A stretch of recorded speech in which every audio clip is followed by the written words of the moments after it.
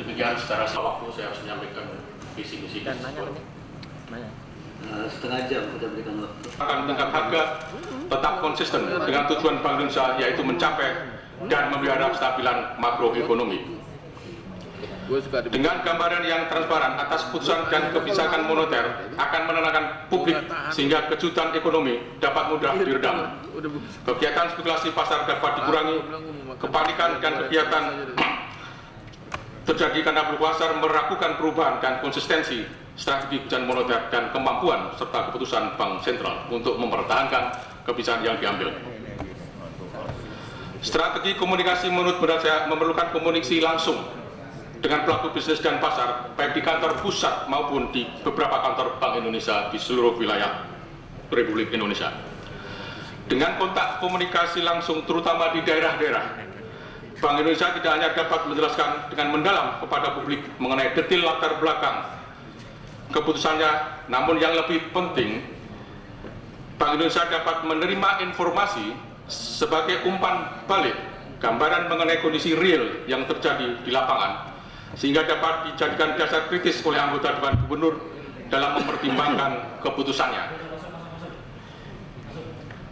Keputusan kebijakan moneter yang akan memberikan dampak luas kepada kepentingan publik memerlukan pandangan-pandangan dari pihak di luar Bank Sentral.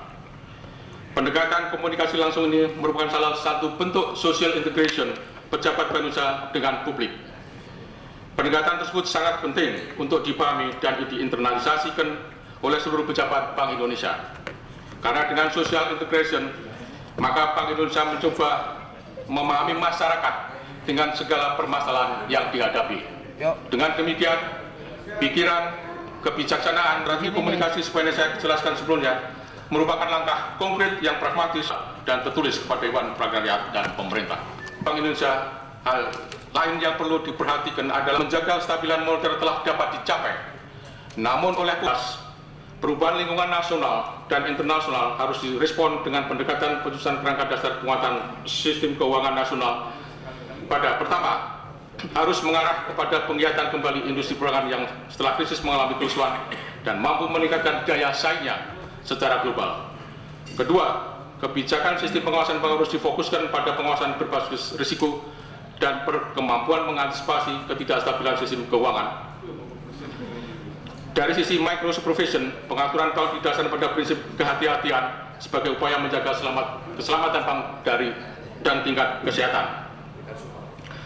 Ketiga, untuk mendorong fungsi intermediasi perbankan perlu dipertimbangkan keseimbangan regulasi dengan strategi pertumbuhan perekonomian nasional dengan tetap mengedepankan aspek pengelolaan risiko individual bank. Keempat, pengembangan kelembagaan industri perbankan harus memperhatikan kepentingan akses pembiayaan bagi pelaku bisnis kecil dan mendorong pengembangan bank syariah dan BBR ke tahap yang lebih signifikan dalam industri perbankan nasional. Dengan penguatan bank syariah dan BBR diharapkan akan berdampak positif pada pengembangan UMKM dengan semakin luasnya alternatif pembiayaan UMKM. Kelima, mengurangi ketergantungan pembiayaan pada kredit perbankan melalui penguatan peran pasar modal dalam lembaga keuangan non-bank lainnya.